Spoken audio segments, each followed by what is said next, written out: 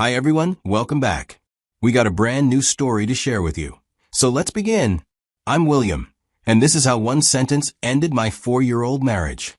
It was 4 years of trying to prove I was different and walking on eggshells around someone I loved more than anything. But the day she made that statement, she never expected what came afterwards. I met Beth at a coffee shop downtown 8 years ago. She was sitting alone at a corner table with her laptop, completely absorbed in whatever she was working on. I'd gone there to grade papers. I teach high school history, and something about her focus just drew me in. When she got up to order another coffee, I found myself walking up behind her in line. The conversation started simple enough. She was working on a marketing presentation, stressed about a deadline. I offered to buy her coffee, but she politely declined. However, we ended up talking for another hour after she finished her work. She was smart and funny, and I found that captivating. But there was something guarded about her, too, like she was constantly ready to pull back. When I asked for her number, she hesitated before giving it to me. Looking back, that should have been my first real clue about what I was getting into. Our first few dates were incredible, but also confusing. Beth would be completely present one moment, and then suddenly she'd go quiet and distant, like she'd caught herself enjoying things too much. After our third date, she didn't respond to my texts for 4 days. When she finally called, she had this whole speech ready about how she wasn't looking for anything serious, how she'd gotten out of a nasty relationship just a few months earlier, and wasn't ready to jump into something new. The thing is, she never actually said she didn't want to see me anymore. She just kept putting up these walls while leaving the door slightly open. It was like she wanted me to chase her, but also wanted to make sure she could run if things got too real. I should have walked away then. Any rational person would have. But there was something about Beth that made me want to fight for her, to show her that not every guy was going to hurt her like her ex apparently had. She'd mentioned him a few times, always with this mix of anger and pain in her voice. His name was Thomas. They'd dated for 2 years, and according to her, he'd completely destroyed her ability to trust anyone. So I kept trying. For months, I dealt with her hot and cold routine. She'd cancel dates at the last minute because she was having a bad day and didn't want to bring me down. She'd go radio silent for days, then show up at my apartment with takeout and act like nothing had happened. She'd let me get close emotionally, then shut down the moment I tried to take things to the next level physically or emotionally. The worst part was how she'd throw Thomas in my face without even realizing it. She'd say things like, "Thomas used to say the same thing whenever I'd compliment her," or "I've heard that before," when I try to reassure her about something. It was like she was constantly comparing me to this ghost from her past, and I was always coming up short. After a few months of trying, I was exhausted. I remember sitting in my car outside her apartment building after she'd canceled another date via text, staring at my phone and realizing I couldn't keep doing this to myself. I was 28 years old, had a good job, my life together, and I was wasting my time on someone who clearly wasn't ready for a relationship. That's when everything changed. The next day, I sent her a text that I'd been rehearsing in my head for a while. I told her I cared about her, but I couldn't keep being jerked around. I said I understood she was dealing with stuff from her past, but I needed someone who could actually be present in a relationship, not someone who was constantly running from it. I wished her well and said I thought it was best if we didn't see each other anymore. Within 2 hours, she was calling me, then texting, then showing up at my school after work. Suddenly, Beth was available in ways she'd never been before. She wanted to have dinner that night, and the next night, and the night after that. She was affectionate, present, and actually engaged with me instead of keeping one foot out the door. It felt like a miracle, but it also felt calculated. Like she'd only realized she wanted me when she thought she was going to lose me. Still, I was hopeful. Maybe she just needed time to work through her issues. Maybe now we could actually build something real. We started officially dating 2 months after this change. For the first few months, things were better than they'd ever been.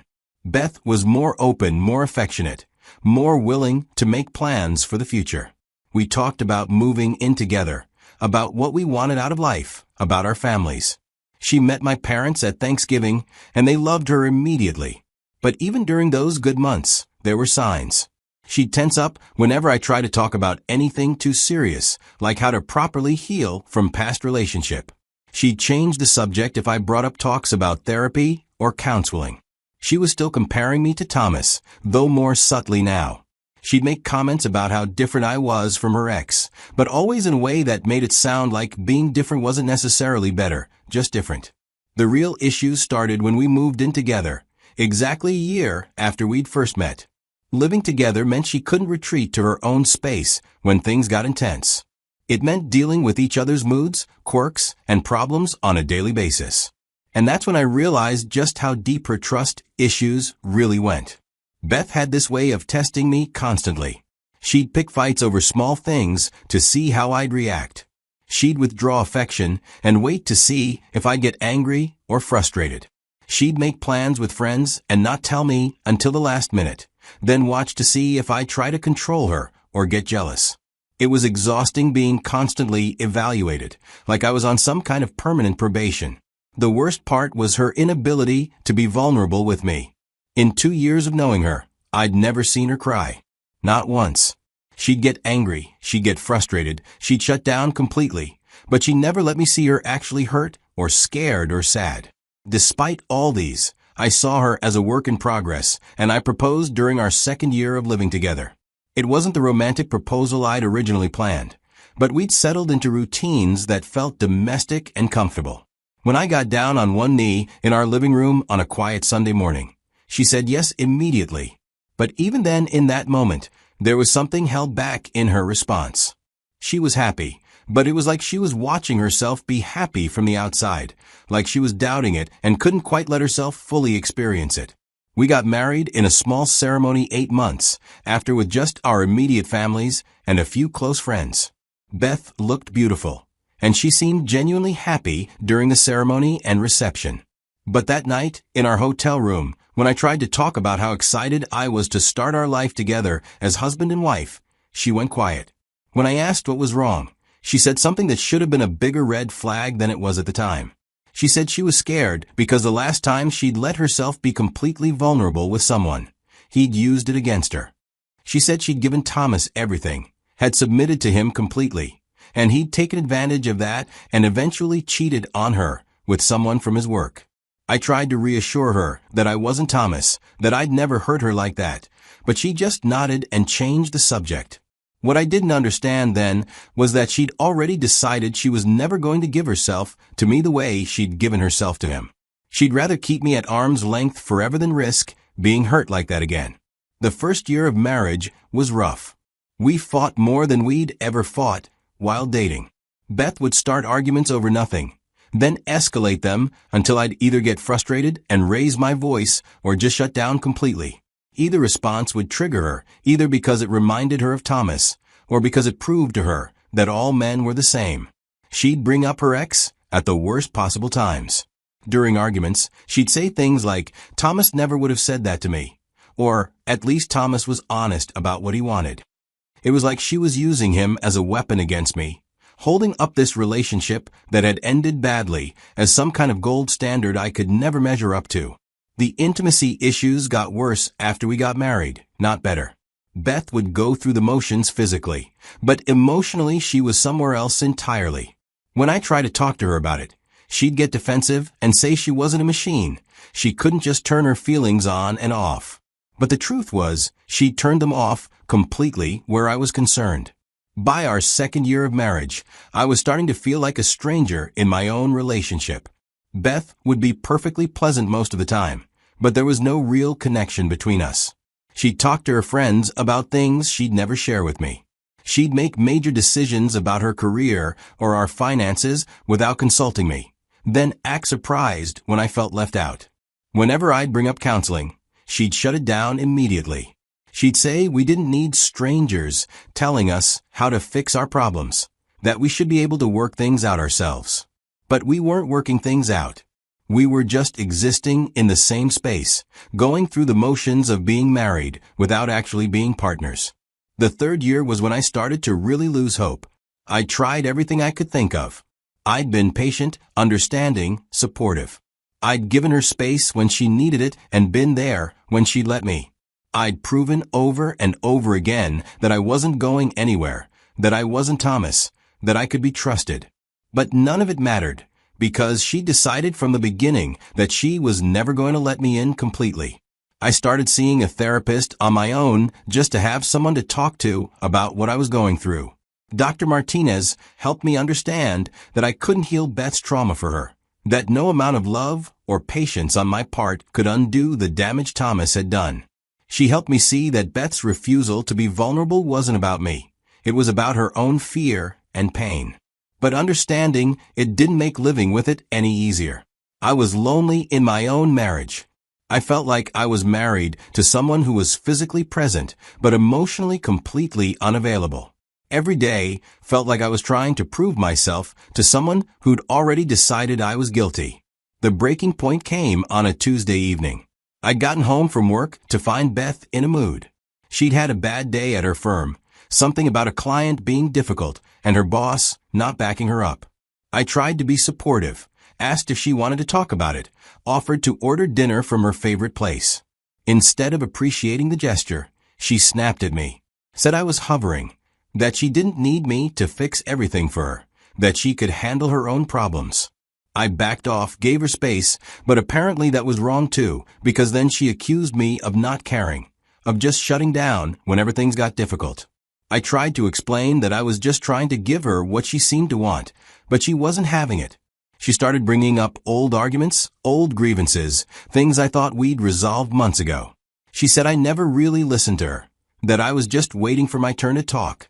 She said I was selfish, that everything had to be about me and my feelings. None of it was true, and she had to know that, but she was on a roll. For years of accumulated frustration and pain were pouring out of her, and I was the only target available. I tried to stay calm, tried to de-escalate, but she kept pushing and pushing. Finally, I'd had enough. I told her I was tired of being her emotional punching bag. I said I'd spent 4 years trying to prove I wasn't Thomas, and I was done. I said if she wanted to keep punishing me for what he'd done to her, she could do it alone.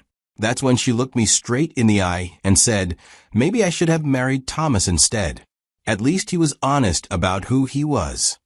The words hit me like a physical blow. For years of marriage, 6 years of knowing each other, and she was telling me she wished she'd married the man who'd cheated on her and broken her heart. The man she'd spent years telling me she hated. She now wished she'd married instead of me. I didn't yell. I didn't argue. I didn't try to make her take it back. I just looked at her for a long moment, seeing clearly for the first time that no matter what I did, no matter how much I loved her, I would never be enough. I would always be second choice to a man who'd treated her terribly. I walked to our bedroom, grabbed my wallet and keys from the dresser, and headed for the door. Beth followed me, asking where I was going, saying we needed to finish our conversation. But I was done talking. I'd spent years trying to have conversations with someone who'd never really been listening. I drove straight to my parents' house across town. My mom took one look at my face and knew something was seriously wrong. I told them everything, the whole sorry story of my marriage to someone who'd never really been my wife. My dad, who never always liked Beth, just shook his head and said he'd wondered when I was going to realize I deserved better. I stayed in my old bedroom that night, staring at the ceiling and replaying those words over and over. The next morning, I called in sick to work and drove to see a divorce attorney one of my colleagues had recommended when he'd gone through his own divorce 2 years earlier. He was straightforward about the process, the timeline, what I could expect. Since we didn't have kids and had kept most of our finances separate, it would be relatively simple. I spent that first week at my parents' house, thinking through everything that had led to this moment. Beth called and texted constantly, but I didn't respond. She left voicemails apologizing, saying she'd been angry and hadn't meant what she said. But I knew she had meant it. Maybe not consciously, but somewhere deep down, she'd always believed she'd settled for me. On the following Tuesday, exactly 1 week after our fight, I had the divorce papers served to her at work. I knew it would be embarrassing for her, but I also knew if I tried to give them to her in person, she'd try to talk me out of it. And I couldn't afford to waver on this decision. Dave had advised serving them at her workplace because it was more likely she'd accept them without causing a scene. He was right. According to the process server, she took the papers calmly, signed for them, and went back into her building without any drama. But 10 minutes later, my phone started ringing. Beth called 8 times in a row before I finally answered. She was crying, which I'd never heard her do in all the years I'd known her. She was begging me not to do this, saying we could work it out, that she'd go to counseling, that she'd do whatever it took to save our marriage. She said the thing about Thomas was just something she'd said to hurt me, that she didn't mean it. But I knew better. Pain makes people honest, and in that moment of anger, she told me exactly how she really felt. I'd spent 4 years trying to measure up to a man who'd treated her badly, and I'd finally realized it was an impossible task. She didn't want me to be better than Thomas, she wanted me to be Thomas, and I couldn't do that. Over the next few weeks, Beth's attempts to reconcile became increasingly desperate. She showed up at my school, at my parents' house, at the grocery store where she knew I shopped. She sent flowers to my classroom with notes begging me to call her. She reached out to my friends, my family, anyone she thought might influence me to change my mind. The hardest part was seeing her finally offer everything I'd wanted for years. She was suddenly willing to go to counseling, to work on her trust issues, to be vulnerable and open in ways she'd never been before. She was offering to submit to our marriage the way she'd claimed she'd submitted to Thomas, to give me the emotional intimacy I'd been craving. But it was too little, too late. You can't spend 4 years withholding yourself from someone and then expect them to be grateful when you finally decide they're worth the risk. Trust, once broken, doesn't just magically repair itself because the person who broke it suddenly realizes what they've lost. My therapist helped me understand that Beth's sudden willingness to change wasn't really about loving me more. It was about fear of abandonment. She'd kept me at arm's length for years because she was afraid I'd leave, and now that I actually was leaving, she was panicking. But panic isn't the same as genuine change. The divorce was finalized in February of 2025. Beth contested it initially, hoping to drag things out and convince me to reconsider, but my lawyer advised her attorney that I wasn't going to change my mind. In the end, she signed the papers. I saw her one last time at the courthouse when we finalized everything. She tried to approach me afterward, but I couldn't do it. There was nothing left to say. We'd both said everything that mattered that night. Looking back now, I can see all the signs I ignored, all the red flags I explained away because I loved her. Beth never got over Thomas, not really. She just transferred all her anger and hurt onto me and expected me to absorb it indefinitely. She wanted someone safe to punish for what he'd done to her. The tragedy is that we could have had something beautiful if she'd been willing to do the work to heal from her past. But she chose to stay wounded, chose to keep Thomas between us like a ghost haunting our marriage. She chose fear over love, over and over again, until I finally realized I couldn't choose love for both of us. I don't hate Beth. I understand why she couldn't give herself fully to our marriage. Thomas had done real damage to her ability to trust, and that wasn't her fault. But what was her fault was her decision to enter into a marriage while still emotionally committed to her previous relationship. She married me with one foot still in the past, and that's not fair to anyone. The hardest lesson I learned from this whole experience is that you can't love someone into healing. You can support them, encourage them, stand by them while they do the work, but you can't do the work for them. Beth needed to deal with her trauma, needed to process what Thomas had done to her, needed to learn to trust again. But she had to want to do those things for herself, not just to keep me from leaving. I'm sharing this story because I know there are other people out there dealing with similar situations. Maybe you're the one trying to prove you're different from your partner's ex. Maybe you're the one still carrying wounds from a previous relationship into your current one. Either way, I want you to understand that healing has to come from within. If you're in my position trying to love someone who won't let you in, please know that it's not your job to fix them. You can be patient, you can be supportive, but you can't sacrifice your own emotional well-being indefinitely. There comes a point where love has to be mutual, where both people have to be fully present and invested. If one person is still living in the past, there's no room for a future together. And if you're in Bet's position, carrying hurt from a previous relationship into a new one, please get help. See a therapist. Do the work to process what happened to you. Learn to trust again. Don't punish someone who loves you for what someone else did. Don't marry someone while you're still emotionally unavailable. It's not fair to them, and it's not fair to you either. Marriage is hard enough when both people are fully committed to it. When one person is holding back, protecting themselves, keeping one foot out the door, it becomes impossible. Love isn't enough if it's not accompanied by trust, vulnerability, and genuine partnership. I'm doing better now. The loneliness I felt in my marriage was worse than the loneliness I feel being single.